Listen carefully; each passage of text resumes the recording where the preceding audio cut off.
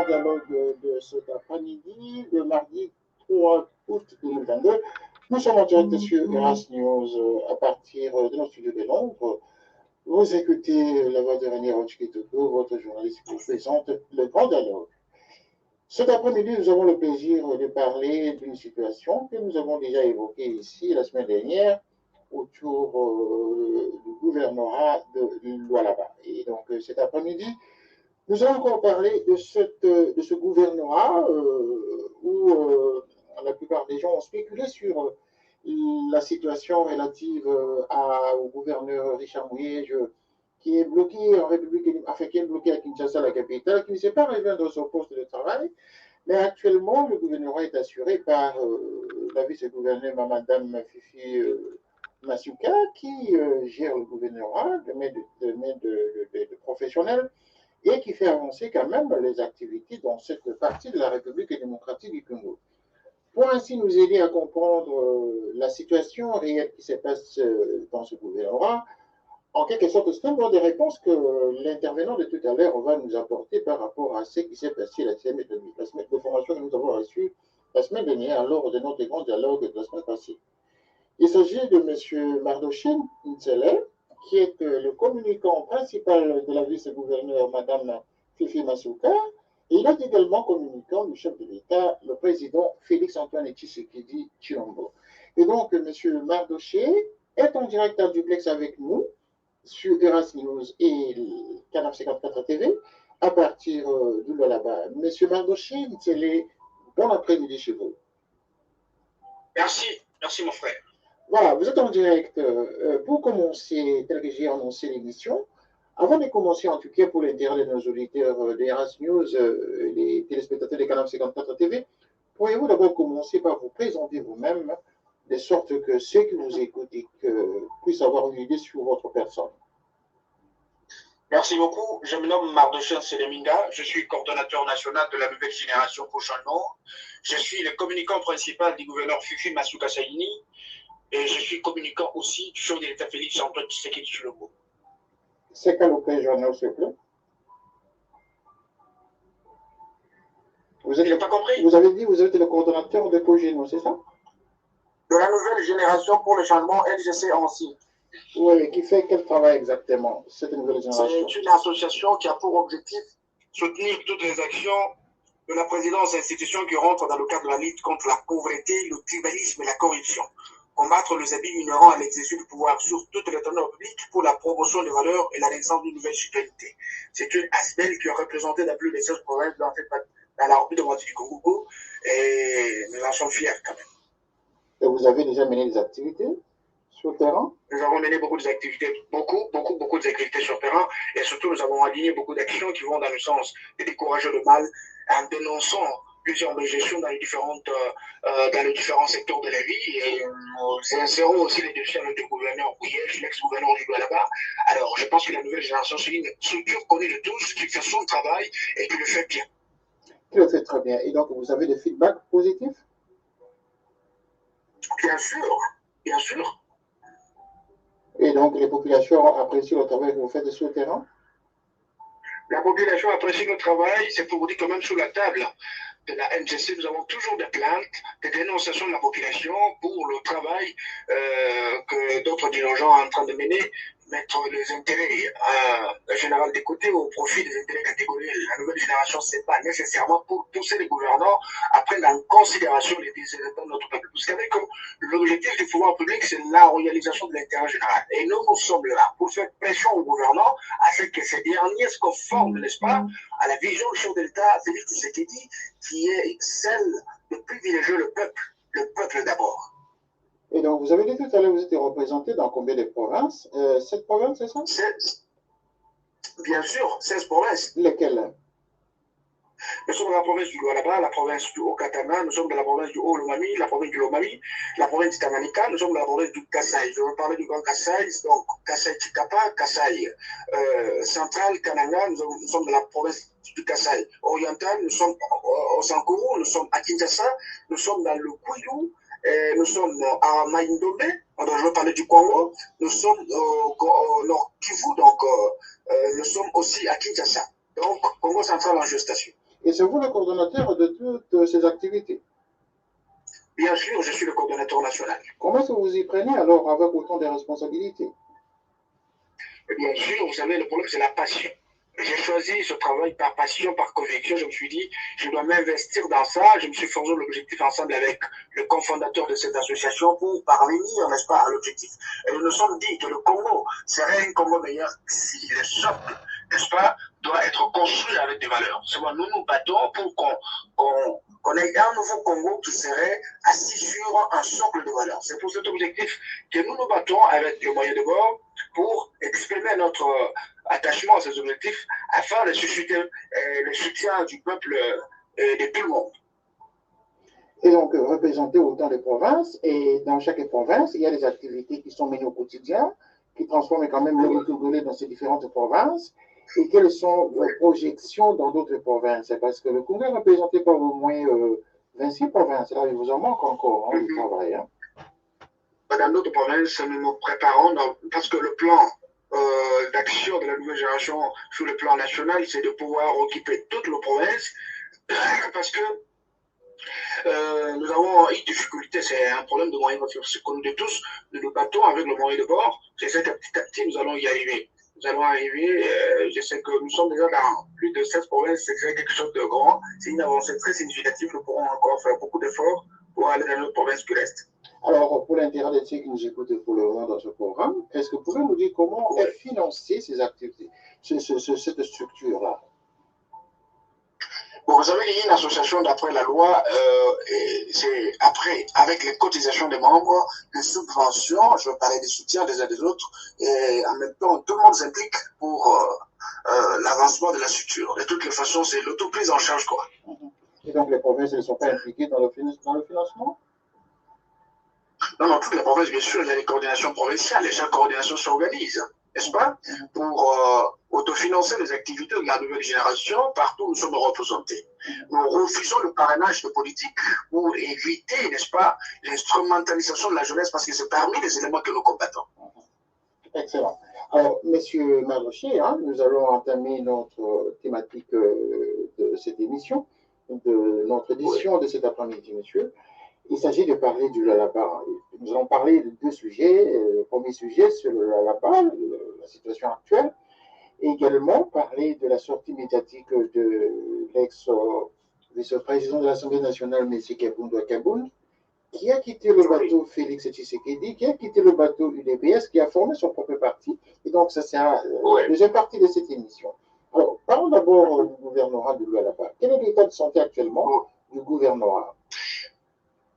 Le gouvernement provincial du Lualaba, dirigé par son Excellence Madame Fifi Masuka Seini, la représentante du chef de l'État dans cette plateau république, se porte très bien. La province évolue à pas de géant. Il y a plusieurs ouvrages qui sont en train d'être réalisés. Il y a des projets qui sont, n'est-ce pas, en marche. Et la province est debout. Dans 19 mois, je peux vous dire que le bilan est très positif parce que la province venait sortir d'une situation malencontreuse caractérisée par des détournements de fonds de l'État avec l'administration passée dirigée par le gouverneur Mouyej. La province aujourd'hui est délivrée par une femme parce que plusieurs personnes ont essayé de spéculer sur sa personne. Ils ont jugé l'apparence, mais ils ont ignoré que les qualités se cachent à l'intérieur. Ils peuvent être exprimées par les actions. Qu'est-ce qu'ils ont, excusez-moi, qu'est-ce qu'ils ont jugé, qu'est-ce qu'ils reprochaient, qu'est-ce qu'ils ont jugé en elle, qui pouvait entacher à son image? La compétence, la détermination, le patriotisme, la sagesse, n'est-ce pas? Et puis la perspicacité. On l'accusait d'abord, on l'accusait d'incompétence ou de compétence? Qu'est-ce que vous voulez nous dire par là? De quoi était-il? La compétence en politique. La compétence en politique, d'après l'entendement des autres, ce n'est pas parler un beau français. C'est bien s'habiller, ou les carrosses. La compétence en politique, c'est lorsqu'on est présent, lorsqu'on exécute, n'est-ce pas, de manière parfaite, la vision du chef de l'État à travers le programme d'action de la province. Fifi Masuka, là-bas, c'est pour une première fois qu'une femme se conforme à la vision du chef de l'État venu Tshisekedi.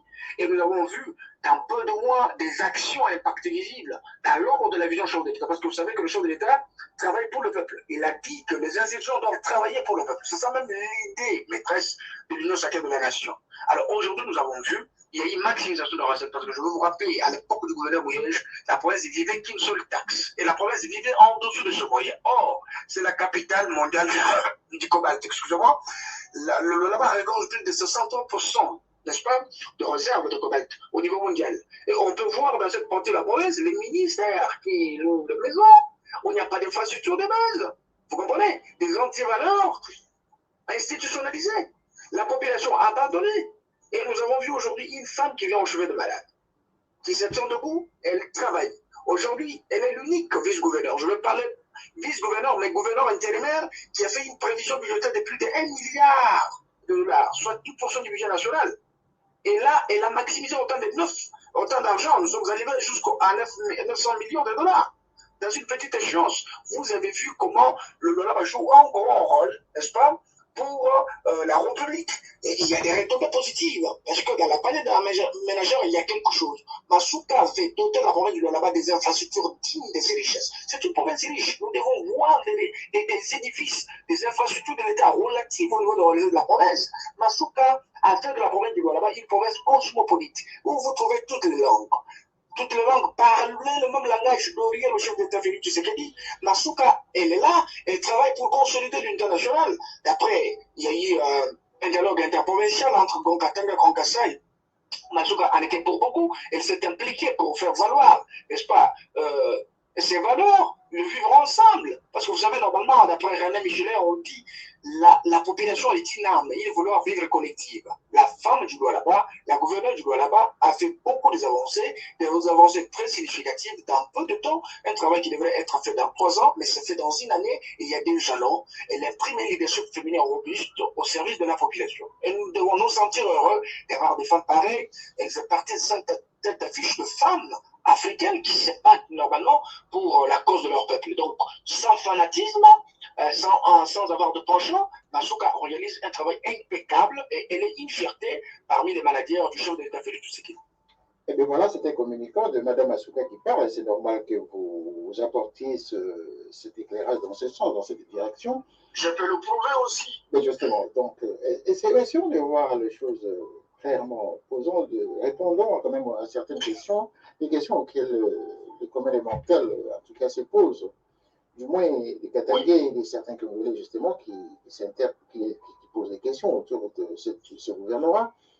D'abord, pour commencer, quel est le statut légal aujourd'hui, le titre légal de Mme Masuka? Elle est gouverneure intérimaire de la province du Lualaba. Je vais vous expliquer la lumière de la loi. D'accord. La loi sur le principe, la loi sur les principes fondamentaux relatifs à la libre administration de la province a prévu que dans une province comme une région, il doit y avoir un gouverneur et un vice-gouverneur. Ils ont tous un juge naturel commun. C'est la Cour de cassation. Maintenant, le cas où se trouve, la situation où se trouve la province du Lualaba pour le moment, c'est que le gouverneur de province a été empêché. Définitivement, pourquoi? Parce qu'il a détourné l'argent de l'État pendant l'exercice de cette fonction. Or, la loi dit, nous sommes à l'article 68 de la loi sur les principes fondamentaux à la libre administration de province, qui stipule que si un gouverneur de province, pendant l'exercice de sa fonction, se retrouve coupable d'une infraction de droit commun, entre autres le détournement ou l'outrage à l'Assemblée, l'Assemblée doit le mettre en accusation conformément au règlement de l'intérieur de cette grande institution provinciale. Et là, je me réfère à l'article 205. N'est-ce pas, qui se conforme à l'article 68. Je me réfère à l'article 204, n'est-ce pas, dit le FIP. Vous allez vous rendre compte que le gouverneur a été mis en accusation après la publication du rapport de l'inspection générale des finances. Et l'inspection générale était venue enquêter en urgence, conformément à l'article 202 de la même loi, qui stipule qu'en cas de dénonciation, la mission de l'IGF doit enquêter en urgence, n'est-ce pas, et déposer le rapport à qui de droit. La chose était faite et on avait même donné les chances au gouverneur Mouyège de présenter les moyens de défense, apporter les pièces justificatives de la dispersion de plus de 367 millions de dollars dans une échéance de 24 mois. Et il n'y a pas eu de preuve. L'IGF, après le rapport, a déposé à l'Assemblée et l'Assemblée devrait se conformer à la loi sur la décentralisation. Et maintenant, la mise en accusation a été bien suivie conformément à l'article 157 du règlement de l'intérieur. La première s'est très bien déroulée et le gouverneur a été mis en accusation par 11 députés sur 17. Et après, l'équipe du gouverneur Mouyège est partie saisir la Cour constitutionnelle en appel pour évoquer des exceptions. Entre autres, l'absence du quorum, le quorum qui n'était pas atteint d'après le cas Mouyège, et aussi les non-respect des droits de la défense. Mais moi, je suis juriste. Je vous dis en droit positif congolais, nulle part dans la procédure de la mise en accusation, la loi a prévu que celui qui serait mis en accusation peut avoir un droit de justiciable. Parce que le rapport, c'est les fous des OPG à compétences spéciales qui sont les inspecteurs de l'IGF. Dans cette circonstance-là. C'est-à-dire, si le gouverneur avait à se justifier, il devait réunir le droit de la défense, aller en justice. Parce que là, le rapport est déjà en justice, il doit se justifier devant son juge naturel. Deux, l'exception qui était soulevée par rapport au quorum, je vous dis que le député là-bas sont au nombre de 22 de manière générale, mais il y a un député qui a perdu son mandat parce qu'il était mort, l'honorable Kovasi Lungape à son âme. Il y a un député qui a été frappé d'une motion résidentielle, il n'existait plus, il reste au nombre de 20. Et parmi les 20, il y a un député qui avait perdu son mandat parce qu'il a été condamné au premier ou au deuxième degré. Donc, ils sont restés au nombre de 19. Et tous les 19 ont participé à la plénière de la mise en accusation de l'ex-gouverneur Bouyège. Et parmi les deux, il y a deux qui sont sortis, ça ne fait pas un problème. Les quorums est resté intact parce qu'ils étaient au nombre de 17. Et les 17 ont participé au vote. 11 ont voté pour, 4 ont voté contre, et les 3 se sont abstenus. Et puis, on a clôturé là-bas. Et d'ailleurs, la loi dit ceci, nous sommes dans la Constitution à l'article 160. Alinéa 4, qui stipule que si un gouverneur est mis en accusation, il doit déposer sa démission dans les 24 heures qui suivent. Et s'il ne le fait pas, la démission est défaite. Vous avez compris? Donc, à partir du jour où la Cour constitutionnelle a pris acte, n'est-ce pas, de la mise en accusation du gouverneur de province, il cessa d'être gouverneur. Vous comprenez? Et après, le rapport de l'IGF a été transféré avec la résolution au niveau de la Cour de cassation qui est le juge naturel du gouverneur Bouyège. Et la Cour a écrit à travers le procureur général, je veux parler du parquet, à travers le procureur général, à l'Assemblée pour qu'on vote, n'est-ce pas, la résolution des poursuites judiciaires contre le gouverneur. Et ça a été fait. Vous comprenez? Et maintenant, en son tour, la loi exige que Mme Massouka devrait avoir la confirmation du ministère des tutelles. Je parle du ministère de l'Intérieur, Sécurité, Affaires coutumières, qui devrait confirmer son intérim pour qu'elle ait la plénitude du pouvoir, au fait de ne pas préjudicer le fonctionnement des institutions, parce que vous savez que les institutions reposent sur 4 principes cardinaux, parmi lesquels on retrouve la continuité. Pour ne pas préjudicer la vie du peuple, la vie des institutions, on doit continuer. Donc, l'article 64 de la loi électorale donne le pouvoir à Massouka d'assumer le transfert aux affaires courantes. Il ne faut pas suivre les combats des bordels. Ce sont des gens qui développent les fictions qui relèvent de l'air imaginaire. Mais Massouka est dans la conformité en règle avec la loi, elle se conforme à la loi, elle cherche selon la loi, et même lors du remaniement du gouvernement. Je veux parler des réaménagements techniques parce qu'il ne s'agit pas des remaniements, il y a eu des urgences. Lorsque le gouverneur a été mis en accusation, quelques ministres ont délibérément accepté de laisser leur poste. Ils ont refusé de servir Madame le vice-gouverneur. Ils l'ont pris entre guillemets le problème climatique. Or, c'est un problème institutionnel, un problème qui intéresse tout le monde. Ils ont refusé de servir la province. La province a pris acte. Et les ministères restent. Il y a eu d'autres ministres qui ont fait des cliniques de fonction. C'était un handicap pour la bonne marche du gouvernement. Et cette urgence devrait normalement faire impliquer le ministre de l'Intérieur pour autoriser Madame le gouverneur à réaménager techniquement pour que d'autres têtes prennent la possession de ces ministères pour assumer la bonne marche du gouvernement. Et il y a eu aussi la légalité parce que l'autorisation était écrite, mon frère.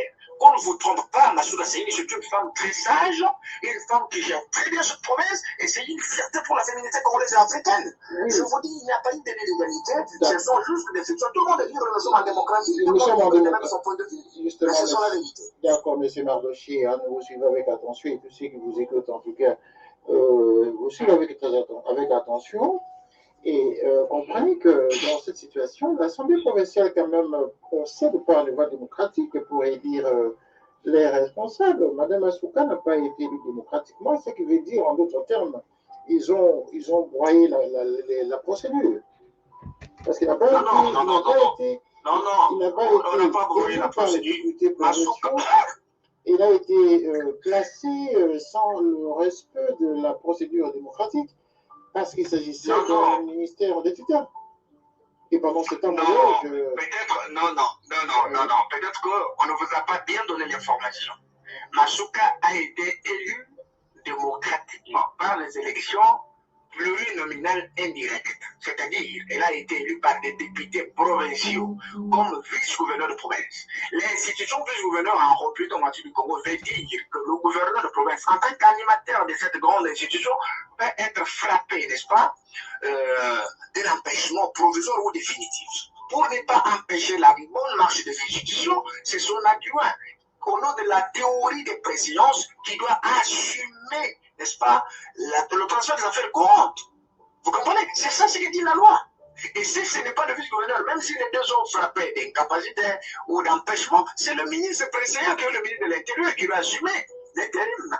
Vous avez vu même au Congo central, il y a eu un ministre de l'Intérieur qui a même remanié le gouvernement. C'est au nom de la théorie de la préscience pour ne pas préjudicer la bonne marche des institutions. Vous comprenez? Et maintenant, pour qu'il ait la plénitude de pouvoir, afin de prendre de grandes décisions, pour signer des contrats avec la police, il faut que le ministre de l'Intérieur, le ministre des tutelles, puisse signer sa confirmation à travers un télégramme. C'est comme ça que ça se passe, selon la loi. Les institutions sont gérées selon la loi de la République.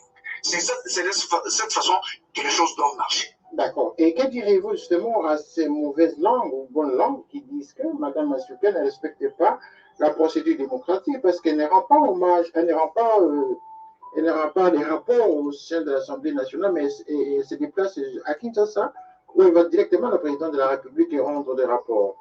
Ça, ce sont les Congolais qui en parlent tous les jours.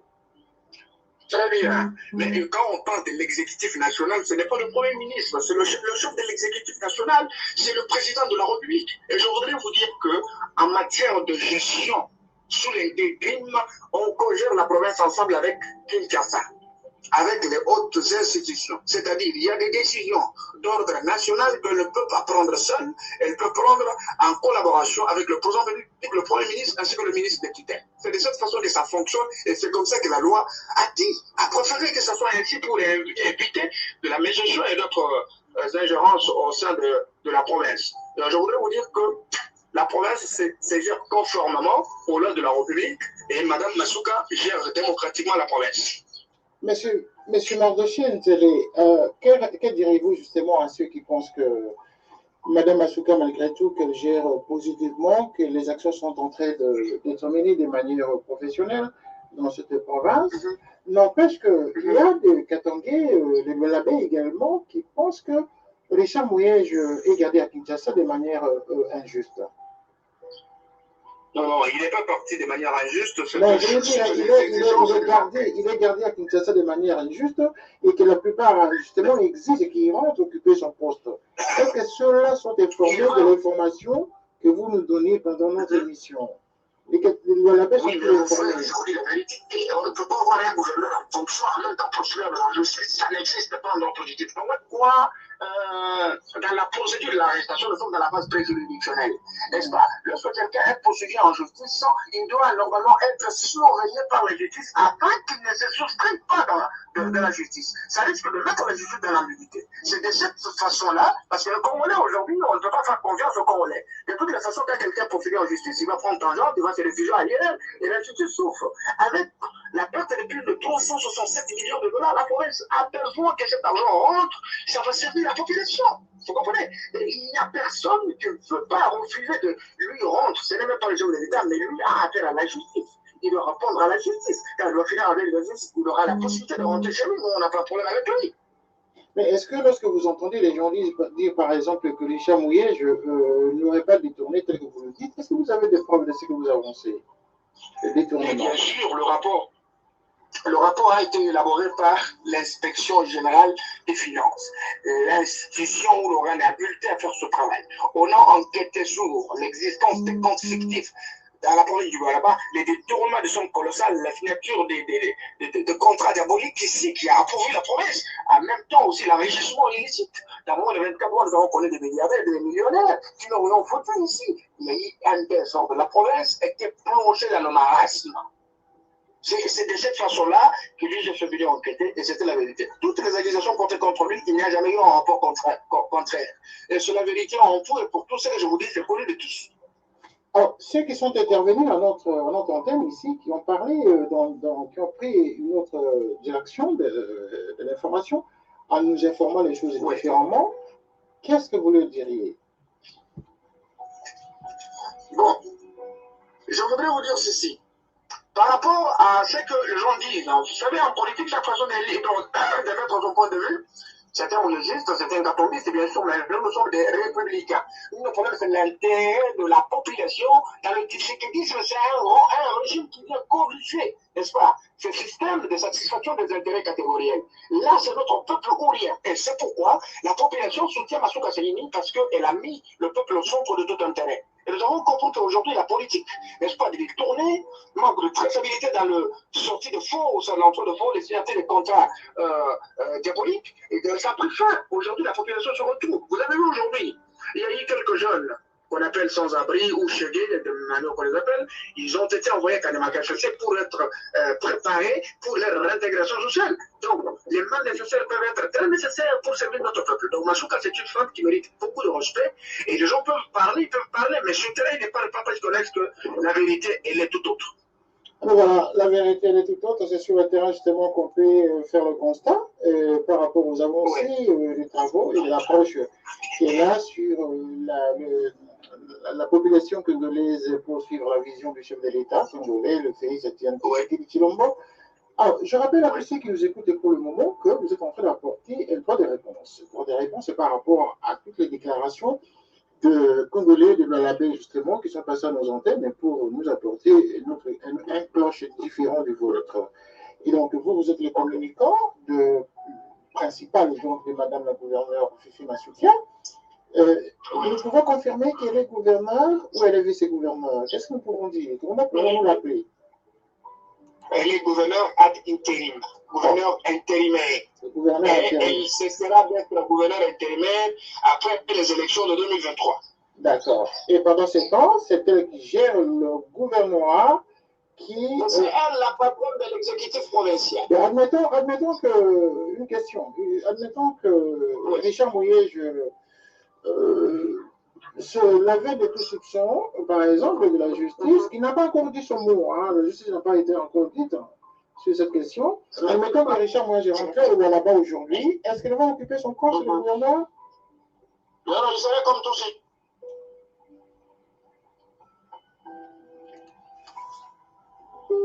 Monsieur, nous vous avons perdu.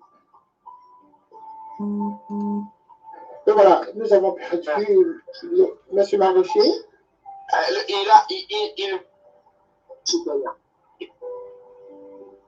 Parce que son mandat a déjà pris, jour où la Cour a pris acte.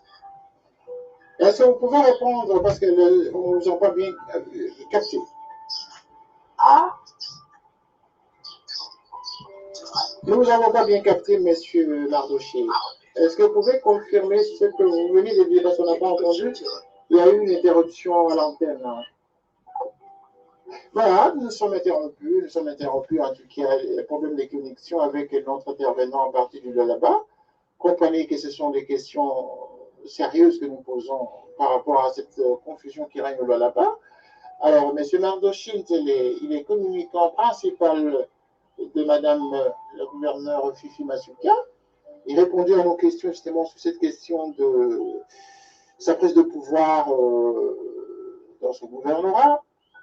Il nous confirme que Mme Masukia continue à faire son travail de manière convenable et qu'actuellement, le travail qu'elle est en train d'effectuer justement dans cette province répond justement aux attentes de la population et répond justement à la vision du président de la République. Donc nous espérons que M. Mardochier va nous recontacter justement pour continuer notre entretien, notre grand dialogue de ce mardi 3 août 2022.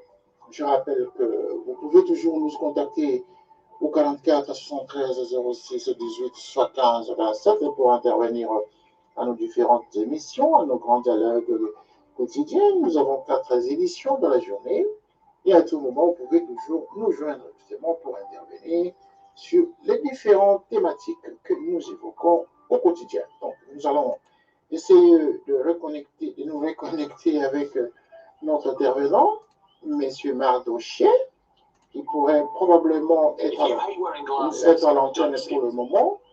Et nous espérons justement que les auditeurs qui sont en train de nous écouter pour le moment sont toujours aussi nombreux à suivre votre émission, Le Grand Dialogue.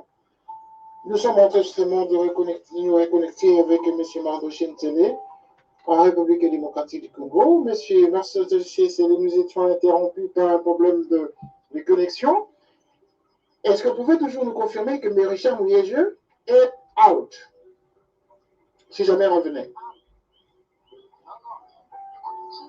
Il ne revient pas avec la casquette du gouvernement, il va revenir avec une casquette d'un citoyen congolais qui était en conflit avec la justice. Parce que de toute façon, qu'on ne vous trompe pas qu'il serait il va restituer le 367 millions. C'est confirmé dans le rapport de l'institution de finances. Et je voudrais vous dire que la grande peur, c'est qu'il a peur de ne pas se présenter parce que il a peur de ne pas aller en prison. C'est ça. Et d'après vous, pourquoi ne peut pas, la justice ne se saisit pas de l'affaire? Parce que la justice n'a pas encore dit son mot. Bon, vous savez que ça, c'est une question directe de la justice. La justice a déjà eu son mot. La justice, à travers le procureur, on avait demandé à l'Assemblée de voter une résolution de poursuite judiciaire. Ça a été déjà fait. Et là où il doit répondre, il a déjà signifié. Il doit répondre devant la justice pour justifier, n'est-ce pas, la disparition de ce 367 millions de dollars qui a représenté une gestion opaque des finances dans ce partenaire public. Eh bien voilà, 360 millions de dollars quand même, et ça fait beaucoup en tout cas pour une personne qui détourne en dépit des problèmes qui traversent le peuple congolais. Alors, M. Mardoché, nous allons passer à la deuxième partie de notre émission. Directement, nous allons parler de la sortie médiatique de M. Kabounda Kabo, de l'ancien vice-président de l'Assemblée nationale et proche du président de la République, Félix-Antoine Tshisekedi Tshilombo. Il était membre, vice-président AI de l'UDPS, l'homme de confiance du chef de l'État congolais. Le voici aujourd'hui dans l'opposition. Sa sortie ne vous a pas fait peur? Non. Sa sortie ne peut pas me faire peur. C'est la sortie d'un citoyen congolais qui cherche à faire son opposition. Mais ça crée des frustrations. Ça crée quand même des frustrations au rang de l'UDPS. Non. Pas du tout de frustration. L'opposition est légitime. D'après le loi de la République, l'opposition est reconnue par l'État. Oui, mais d'accord, l'opposition est reconnue, mais celle-là avec la boule quand même, ça va faire dégonfler là. Je vais arriver là-bas. Ouais. Nous avons connu beaucoup de personnes sous les régimes de Kabila qui ont laissé Kabila. Je prends l'exemple avec Pierre Lombi, je prends l'exemple avec Moïse Katumbi, je prends beaucoup d'opposants qui sont partis. Je peux reculer à l'époque de Mobutu, je prends les tests parlementaires parmi lesquels se trouve le père même politique de Kabonde, et le père biologique et politique aussi de notre président, son excellence Félix Tshisekedi. Je n'ai jamais vu ces opposants un modèle de l'opposition dans notre pays, n'est-ce pas, pressé par des antivaleurs, la médiocrité, excusez-moi le terme, l'insolence, le manque de respect à l'institution président de la République. Je ne l'ai jamais vu. Parce qu'on ne peut pas devenir opposant lorsqu'on se dit on a des secrets à dire. Non. C'est une façon de salir de manière mauvaise la réputation du président de la République. Parce que tout devient mauvais. Pourquoi? Parce que quand Kabonde était avec le chef de l'État et qu'il voulait réellement devenir un bon opposant, il devrait commencer à dénoncer le mal pendant qu'il était au sein du régime, comme le faisait Mobutu, ainsi que les autres. Et tout ce qu'il a dit, ce sont des mensonges. Parce que Félix Tshisekedi prépare les élections pour 2023. Kabonde dit qu'il y aura un glissement. Mais il n'y aura pas un glissement, il y aura bien les élections. Kabonde nous parle, n'est-ce pas, de transfert d'argent, ainsi de suite. Mais les chefs de l'État n'ont pas besoin de mettre la main dans la caisse de l'État sans autorisation des différentes institutions. Il y a tout un circuit de procédures qui doit être respecté. Vous comprenez? C'est sous Félix Tshisekedi que nous avons connu un budget de plus de 10 milliards de dollars, mon frère. Nous avons connu des réserves de banque allant au-delà de 8 milliards de dollars. C'est de la magie. On a ouvert une régie financière sous Félix Tshisekedi multiplié, quantifié nos recettes. C'est Kabonde était là. Aujourd'hui, Kabonde était inconnu. Venant de rien. Tshisekedi a fabriqué Kabonde. Tshisekedi a aidé Kabonde à devenir ce qu'il est aujourd'hui, même si on ne peut pas être jamais de ce qu'il est, même si c'est le téléphone. Mais de toute façon, Kabonde a menti le peuple congolais. On ne peut pas mentir le peuple congolais pour prétendre devenir président de de là. Nous avons refusé cette politique de la médiocrité où vous devez prêcher par la haine, par le mensonge, pendant que ce qui s'est fait sur le terrain, c'est autre chose. Et vous savez, pendant que Kabonde a engendré ces désordres dans cette opposition fictive qui relève, qui est le fruit de sa haine, à l'est du pays, nous sommes menacés. Nous devions le comporter en une personne pour repousser l'ennemi d'une manière ou d'une autre, motiver notre armée de pouvoir faire un bon travail. Vous avez un Kabonde qui a été la folie de la haine et le positionnement politique. La frustration, bien sûr, que la position est légitime, mais on doit tenir compte de l'intérêt général du peuple. Personne ne refuse à Kabonde de faire son opposition, mais le mal que détestent les Congolais, c'est le mensonge, la haine, la médiocrité dans le chef de Kabonde. Vous comprenez? Donc, je rejette aujourd'hui vous dire, c'est que les Congolais sont mécontents du comportement des Kabound, les propos proférés par le Kabound à l'endroit du chef de l'État Félix Tshisekedi. Premièrement, ce que je voudrais vous dire, c'est que les Sophie Kabound ne faillent personne, on n'a pas peur de rien. Nous prêchons par la vérité, par les actions. Vous êtes en train de voir comment le chef de l'État agit. La République va dire qu'on comprend. Dans tous les secteurs, sur les plans sanitaires, éducationnels, pour la première fois en Afrique, vous avez des pays qui donnent la gratuité de l'enseignement, la gratuité de la maternité. Vous comprenez? Le surtout de base, le chef de l'État agit positivement. Vous avez un président démocrate. Vous avez la liberté d'expression, la liberté de la presse. Tout le monde est libre. Dans un pays où les gens parlent même insulter le chef de l'État, ils ne sont pas inquiétés. Kabound devrait mettre de l'eau dans sa bouche et dire aux Congolais que il devrait présenter les excuses au peuple congolais parce que nous sommes dans le peuple nature. Nous avons été beaucoup roulés par le régime Kabila et tout ce qui est dit, je le viens pour corriger. Et n'est-ce pas, corriger les insuffisances du kabylisme, et cela se caractérise par la mise en place des structures fortes, de lutte contre la corruption et des structures qui vont dans le sens de maximiser recettes afin de répondre favorablement aux désirs de notre population. Voilà, M. Mardoché, vous êtes le communicant. Oui, vous êtes en même temps le communicant du président de la République que nous avons présenté tout à l'heure. Il est vrai que cette dénonciation des discours des Kabound vous gêne. Bon, de toutes les façons, l'initiation des discours de Kabound ne gêne pas parce que moi, je m'abstiens de ne pas attaquer Kabound individuellement. Moi, je m'attaque au peuple de Kabound. Et je dis que ce sont des mensonges. Petit à petit, nous allons le prouver à travers les actions. Quand Kabound dit qu'il s'était organisé pour un glissement, mais c'est un mensonge. La Chine s'organise, nous avons des matériels qui sont déjà pour l'enrôlement. En 2023, il y aura bel et bien des élections parce que le chef de l'État l'avait dit qu'il respectera notre constitution. Les cas de faute majeure que nous avons connu dans notre pays, l'avènement de l'insécurité récurrente et permanente dans notre pays, je prends aussi l'exemple avec le Covid-19 qui a bouleversé l'économie de la République parce que nous sommes un pays faible sur le plan de l'économie. Il y a beaucoup de choses qui ont arrivé, mais tu sais qu'il tient, il y a toujours des efforts, la maximisation de la recette, et nous allons financer les élections nous-mêmes.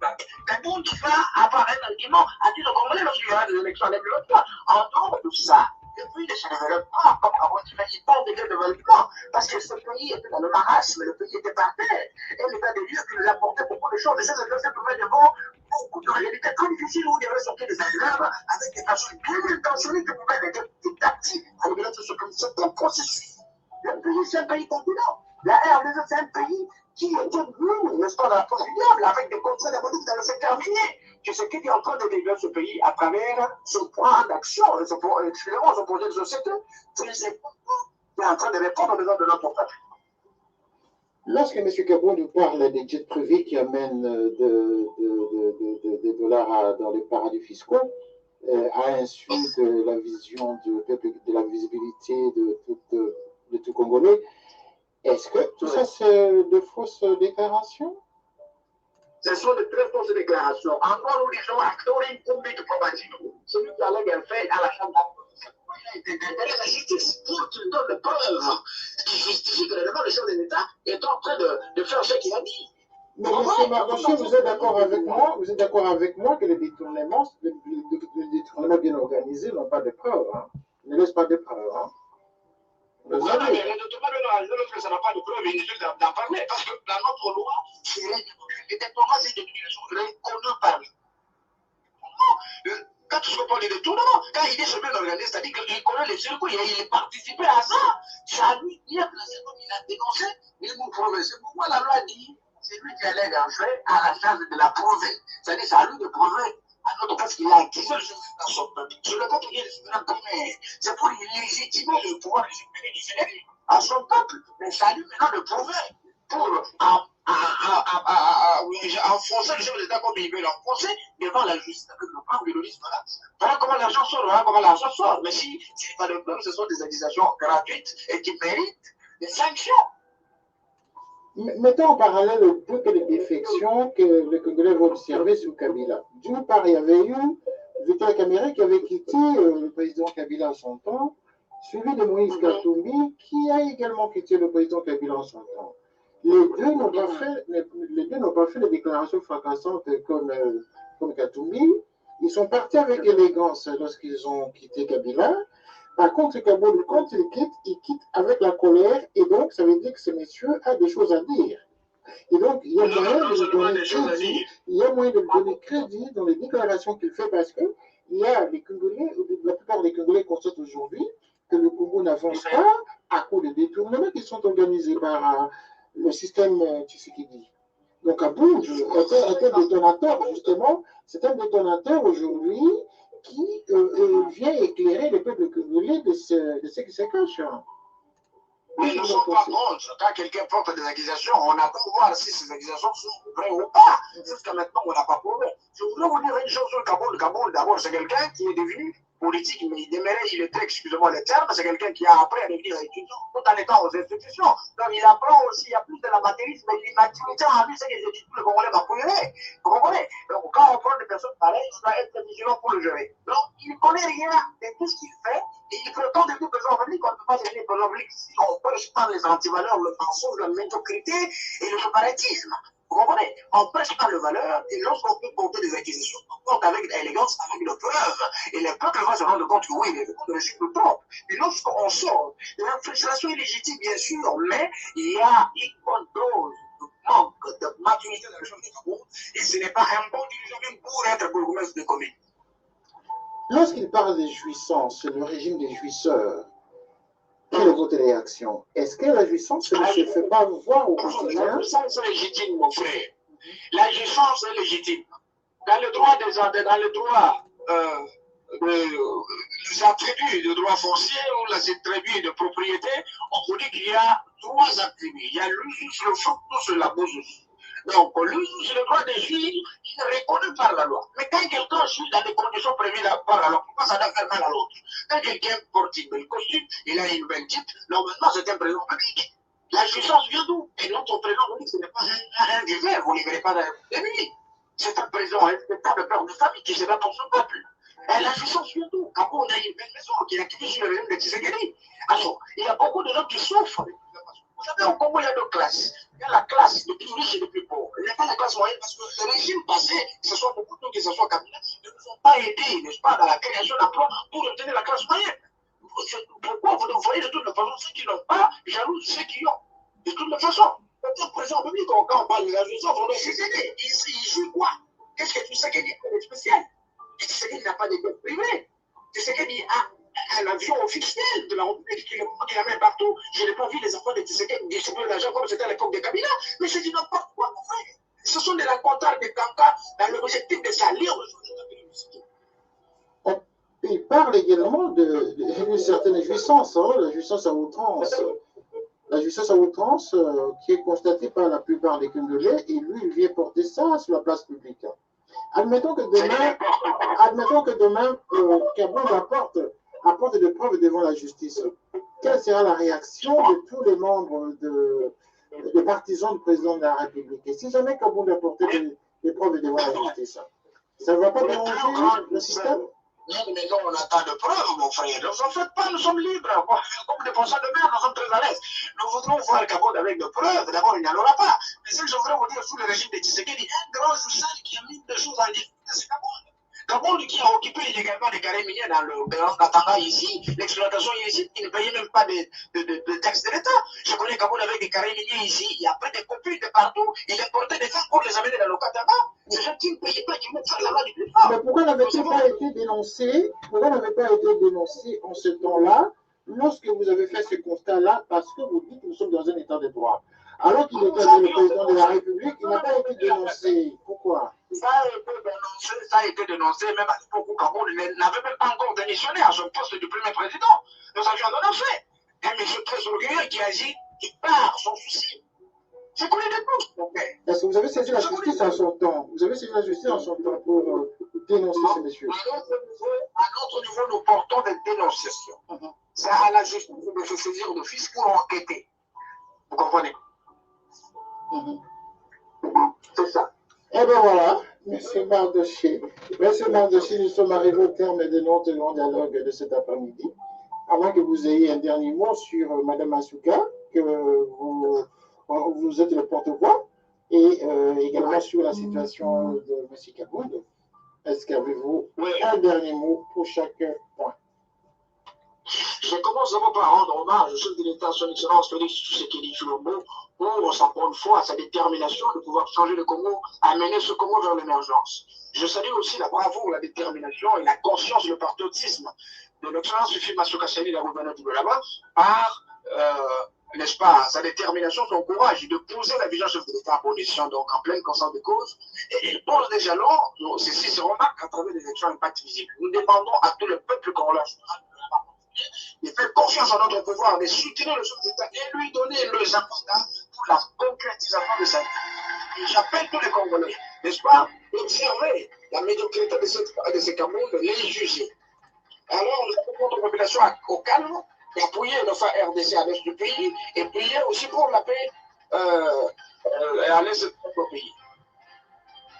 Voilà, M. Mardoché, merci beaucoup. Hein. Merci en tout cas de votre présence à cette édition de l'après-midi de ce mardi 3 août 2022. Merci d'être passé à nos antennes en tout cas. Nous souhaitons en tout cas bonne chance là où vous êtes dans toutes vos activités. Que ceux-ci sont entendus justement aux oreilles des dirigeants de la République démocratique du Congo. Merci M. Mardoché, à très bientôt. Au revoir. Merci beaucoup. Merci. Voilà, nous sommes à la fin donc de notre édition, nous sommes à la fin de ce programme. Vous avez suivi le grand dialogue de ce mardi 3 août 2022. Et donc, c'est avec beaucoup d'attention hein, que nous vous quittons la main dans le cœur. Après avoir écouté M. Mardoché, le communicant principal de Mme Massouka, donc le vice-gouverneur de là-bas, et communicant du chef de l'État, M. Félix Antoine Tshisekedi Tshilombo. Donc cette édition vous a été présentée par René Roche Kitoko, journaliste à Erasmus. Merci et nous allons encore revenir dans notre édition de ce soir pour vous donner d'autres informations comme d'habitude. Merci donc que la